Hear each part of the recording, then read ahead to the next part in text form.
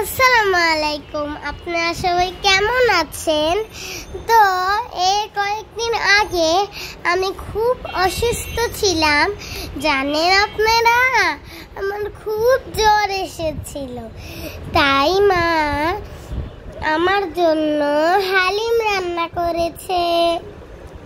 তো প্রথমে একটা পেঁয়াজ দিয়ে দিল, কেটেছিল তো দিয়ে দিল, আর তারপর ঘি দিয়ে দিল, তেলও দিয়ে দিল, আরো কিছু ঘি দিয়ে দিচ্ছে।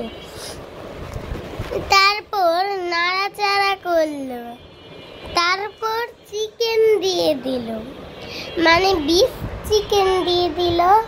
তারপর হচ্ছে লবণ দিয়ে দিল। তারপর এটাকে কতক্ষণ হালকা নাড়া দিয়ে হলুদ গুঁড়া, মরিচ গুঁড়া দিয়ে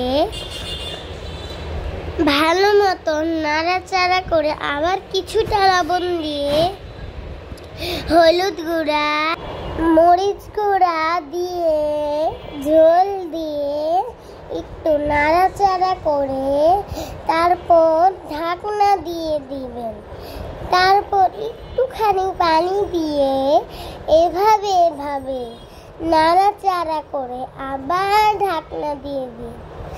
তারপর এটা যখন ঝোল হয়ে যাবে, তারপর আরেকবার নিয়ে এর আগে তারপর হালিমের মিক্স দিয়ে নাড়াচাড়া করতে শুরু করলেন। হালিমটা হয়ে যাচ্ছিল।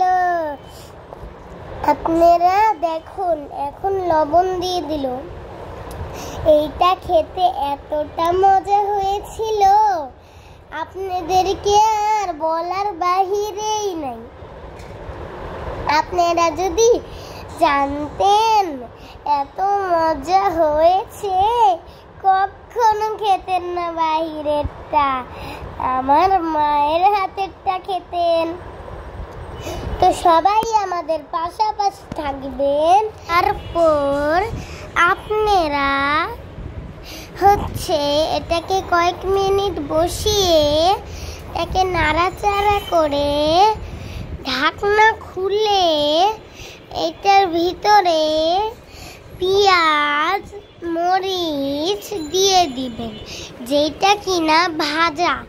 তারপর আপনারা হচ্ছে এটাকে একটু নাড়াচাড়া করবেন, কতক্ষণ রেখে দিবে। অনেক মজা আছে এই পর্যন্ত ভিডিও। আসসালামু আলাইকুম।